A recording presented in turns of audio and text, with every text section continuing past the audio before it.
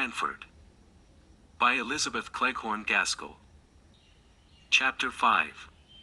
Old Letters.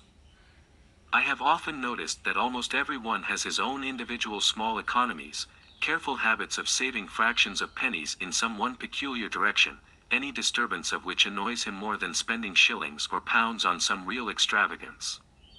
An old gentleman of my acquaintance, who took the intelligence of the failure of a joint stock bank, in which some of his money was invested, with stoical mildness, worried his family all through a long summer's day because one of them had torn, instead of cutting, out the written leaves of his now useless bank book. Of course, the corresponding pages at the other end came out as well, and this little unnecessary waste of paper, his private economy, chafed him more than all the loss of his money.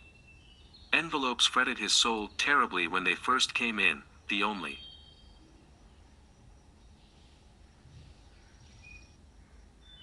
way in which he could reconcile himself to such waste of his cherished article was by patiently turning inside out all that were sent to him, and so making them serve again. Even now, though tamed by age, I see him casting wistful glances at his daughters when they send a whole inside of a half sheet of note paper, with the 3 lines of acceptance to an invitation, written on only one of the sides. I am not above owning that I have this human weakness myself. String is my foible. My pockets get full of little hanks of it, picked up and twisted together, ready for uses that never come. I am seriously annoyed if anyone cuts the string of a parcel instead of patiently and faithfully undoing it fold by fold. How people can bring themselves to use India rubber rings, which are a sort of deification of string, as lightly as they do, I cannot imagine. To me an India rubber ring is a precious treasure. I have one which is not new, one that I picked up off the floor nearly 6 years ago. I have really tried to use it, but my heart failed me, and I could not commit the extravagance. Small pieces of butter grieve others. They cannot attend to conversation because of the annoyance occasioned by the habit which some people have of invariably taking more butter than they want. Have you not seen the anxious look, almost mesmeric, which such persons fix on the article? They would feel it a relief if they might bury it out of their sight by popping it into their own mouths and swallowing it down, and they are really made happy if the person on whose plate it lies unused suddenly breaks off a piece of toast, which he does not want at all, and eats up his butter. They think that this is not waste. Now Miss Mattie Jenkins was chary of candles. We had many devices to use as few as possible. In the winter afternoons she would sit knitting for 2 or 3 hours. She could do this in the dark, or by firelight, and when I asked if I might not ring for candles to finish stitching my wristbands, she told me to keep blind man's holiday. They were usually brought in with tea, but we only burned one at a time. As we lived in constant preparation for a friend who might come in any evening, but who never did, it required some contrivance to keep our 2 candles of the same length, ready to be lighted, and to look as if we burned 2 always. The candles took it in turns, and, whatever we might be talking about or doing, Miss Mattie's eyes were habitually fixed upon the candle, ready to jump up and extinguish it and to light the other before they had become too uneven in length to be restored to equality in the course of the evening. One night, I remember this candle economy particularly annoyed me. I had been very much tired of my compulsory, blind man's holiday, especially as Miss Mattie had fallen asleep, and I did not like to stir the fire and run the risk of awakening her, so I could not even sit on the rug, and scorch myself with sewing by firelight, according to my usual custom. I fancied Miss Mattie must be dreaming of her early life, for she spoke 1 or 2 words in her uneasy sleep bearing reference to persons who were dead long before. When Martha brought in the lighted candle and tea, Miss Mattie started into wakefulness, with a strange, bewildered look around, as if we were not the people she expected to see about her. There was a little sad expression that shadowed her face as she recognized me, but immediately afterward she tried to give me her usual smile.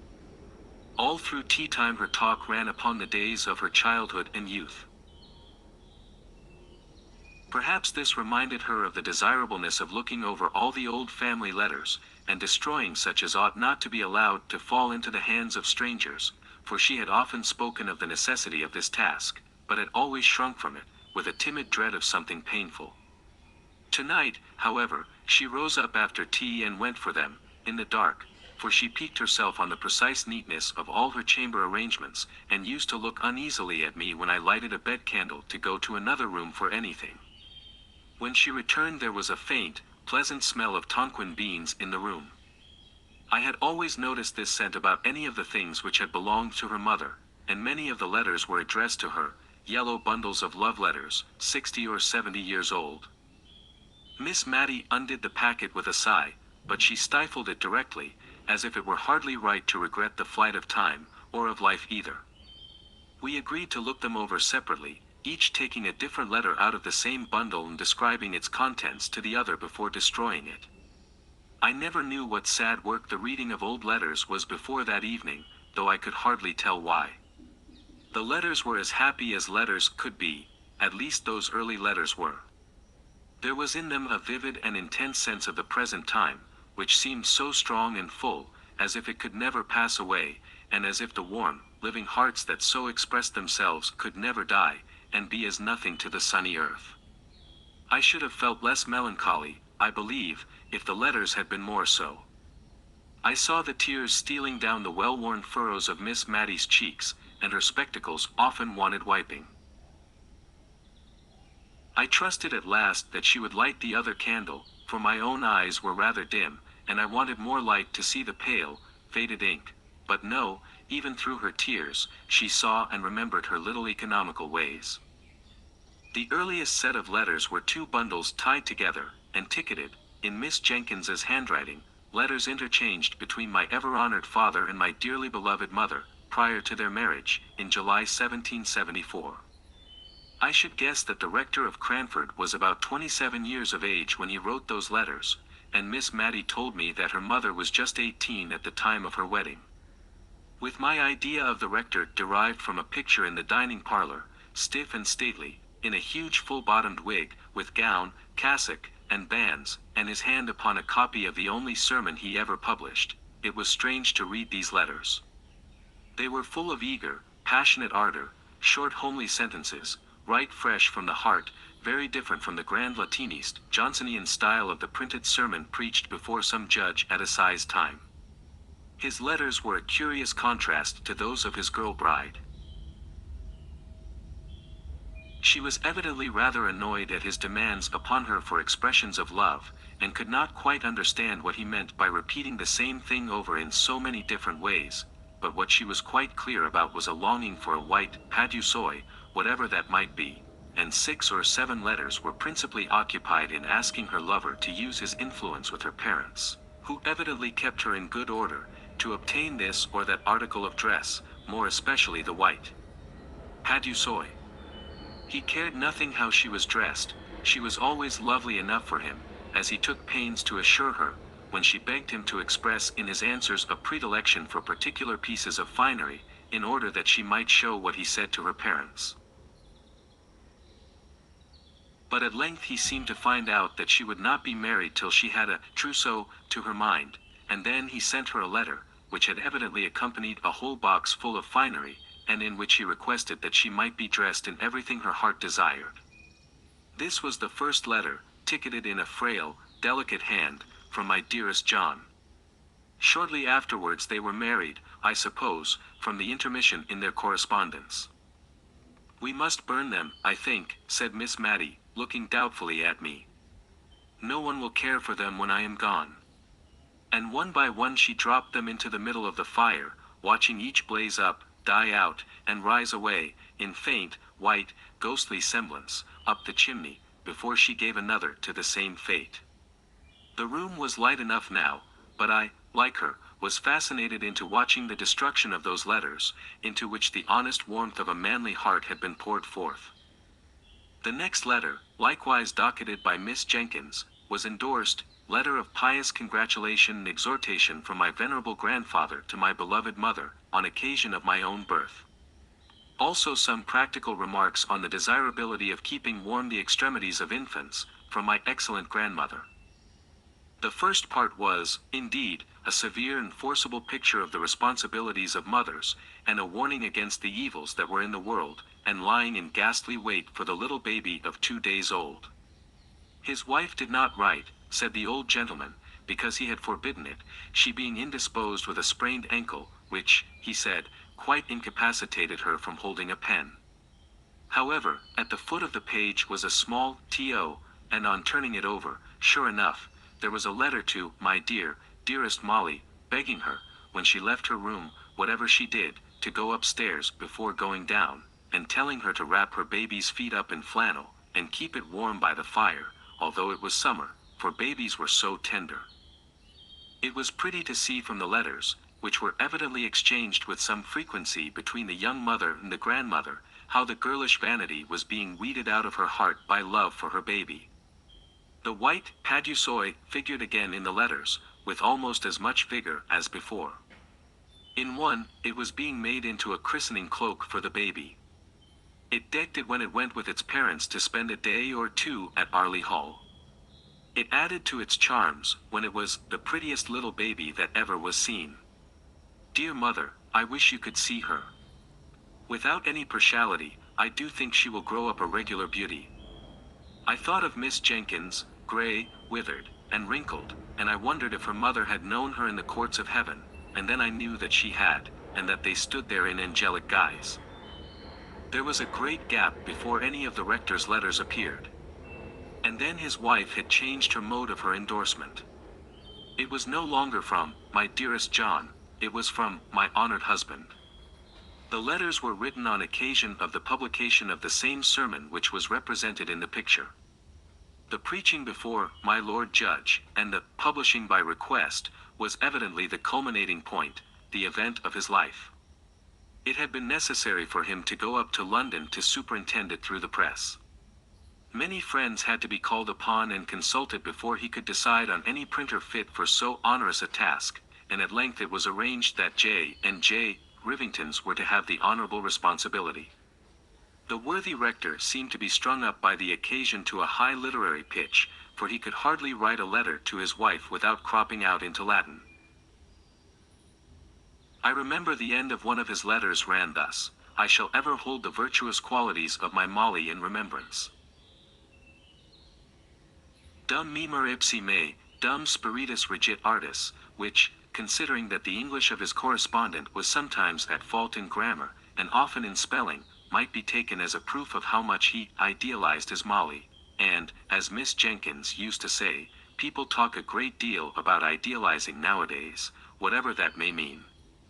But this was nothing to a fit of writing classical poetry which soon seized him, in which his Molly figured away as Maria. The letter containing the Carmen was endorsed by her, "Hebrew verses sent me by my honored husband." I thought to have had a letter about killing the pig, but must wait. To send the poetry to Sir Peter Arley, as my husband desires. And in a postscriptum note in his handwriting it was stated that the ode had appeared in the Gentleman's Magazine, December 1782. Her letters back to her husband, treasured as fondly by him as if they had been M.T. Cicerone's epistolae, were more satisfactory to an absent husband and father than his could ever have been to her. She told him how Deborah sewed her seam very neatly every day, and read to her in the books he had set her, how she was a very forward, good child, but would ask questions her mother could not answer, but how she did not let herself down by saying she did not know, but took to stirring the fire, or sending the forward child on an errand. Mattie was now the mother's darling, and promised, like her sister at her age, to be a great beauty.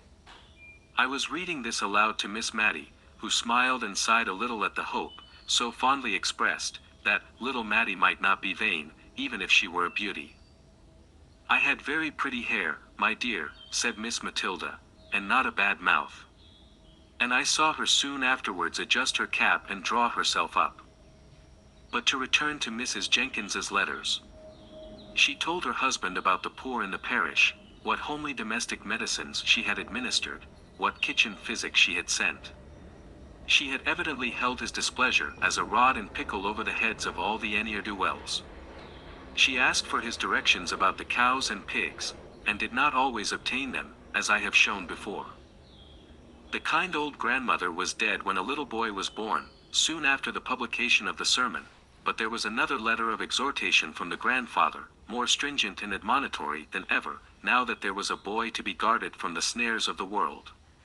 He described all the various sins into which men might fall, until I wondered how any man ever came to a natural death. The gallows seemed as if it must have been the termination of the lives of most of the grandfather's friends and acquaintance, and I was not surprised at the way in which he spoke of this life being a vale of tears. It seemed curious that I should never have heard of this brother before, but I concluded that he had died young, or else surely his name would have been alluded to by his sisters. By and by we came to packets of Miss Jenkins's letters. These Miss Matty did regret to burn. She said all the others had been only interesting to those who loved the writers, and that it seemed as if it would have hurt her to allow them to fall into the hands of strangers, who had not known her dear mother, and how good she was, although she did not always spell, quite in the modern fashion, but Deborah's letters were so very superior. Anyone might profit by reading them. It was a long time since she had read Mrs. Chapwan, but she knew she used to think that Deborah could have said the same things quite as well, and as for Mrs. Carter, people thought a deal of her letters, just because she had written Epictetus, but she was quite sure Deborah would never have made use of such a common expression as, I canna be fashed. Miss Matty did grudge burning these letters, it was evident. She would not let them be carelessly passed over with any quiet reading, and skipping, to myself. She took them from me, and even lighted the second candle in order to read them aloud with a proper emphasis, and without stumbling over the big words. Oh dear! How I wanted facts instead of reflections, before those letters were concluded. They lasted us 2 nights, and I won't deny that I made use of the time to think of many other things, and yet I was always at my post at the end of each sentence. The rector's letters, and those of his wife and mother-in-law, had all been tolerably short and pithy, written in a straight hand, with the lines very close together. Sometimes the whole letter was contained on a mere scrap of paper. The paper was very yellow, and the ink very brown. Some of the sheets were, as Miss Matty made me observe, the old original post, with the stamp in the corner representing a postboy riding for life and twanging his horn. The letters of Mrs. Jenkins and her mother were fastened with a great round red wafer, for it was before Miss Edgeworth's patronage had banished wafers from polite society. It was evident, from the tenor of what was said, that francs were in great request, and were even used as a means of paying debts by needy members of Parliament. The rector sealed his epistles with an immense coat of arms, and showed by the care with which he had performed this ceremony that he expected they should be cut open, not broken by any thoughtless or impatient hand. Now, Miss Jenkins's letters were of a later date in form and writing. She wrote on the square sheet which we have learned to call old-fashioned. Her hand was admirably calculated, together with her use of many-syllabled words, to fill up a sheet, and then came the pride and delight of crossing. Poor Miss Matty got sadly puzzled with this, for the words gathered size like snowballs, and towards the end of her letter Miss Jenkins used to become quite sesquipedalian. In one to her father, slightly theological and controversial in its tone, she had spoken of Herod, Tetrarch of Idumea. Miss Matty read it, Herod Petrarch of Etruria, and was just as well pleased as if she had been right. I can't quite remember the date, but I think it was in 1805 that Miss Jenkins wrote the longest series of letters, on occasion of her absence on a visit to some friends near Newcastle upon Tyne. These friends were intimate with the commandant of the garrison there, and heard from him of all the preparations that were being made to repel the invasion of Buonaparte, which some people imagined might take place at the mouth of the Tyne.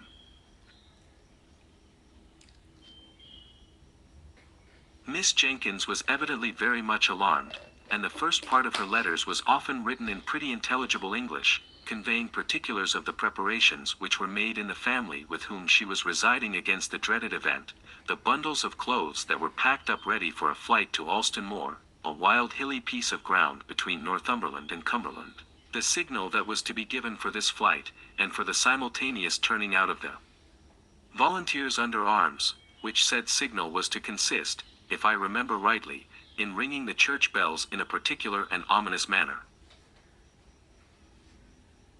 One day, when Miss Jenkins and her hosts were at a dinner party in Newcastle, This warning summons was actually given, not a very wise proceeding, if there be any truth in the moral attached to the fable of the boy and the wolf, but so it was, and Miss Jenkins, hardly recovered from her fright, wrote the next day to describe the sound, the breathless shock, the hurry and alarm, and then, taking breath, she added, "How trivial, my dear father, do all our apprehensions of the last evening appear, at the present moment, to calm and inquiring minds." And here Miss Matty broke in with, "But, indeed, my dear, they were not at all trivial or trifling at the time. I know I used to wake up in the night many a time and think I heard the tramp of the French entering Cranford. Many people talked of hiding themselves in the salt mines, and meat would have kept capitally down there, only perhaps we should have been thirsty.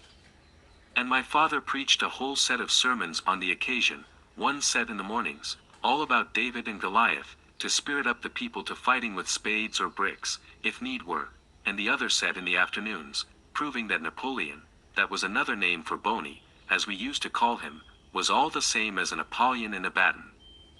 I remember my father rather thought he should be asked to print this last set, but the parish had, perhaps, had enough of them with hearing.